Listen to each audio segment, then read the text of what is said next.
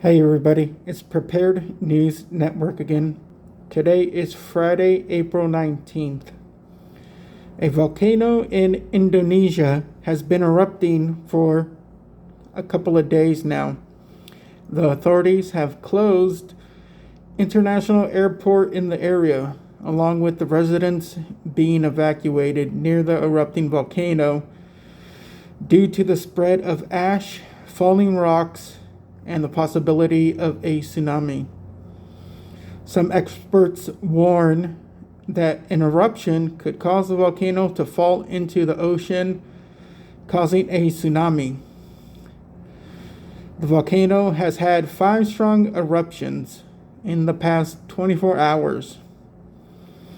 Over 11,000 people live in the area of the volcano and have been advised to evacuate, as the volcano has sent ash 70,000 feet into the air. That is it for now. Stay aware, stay prepared.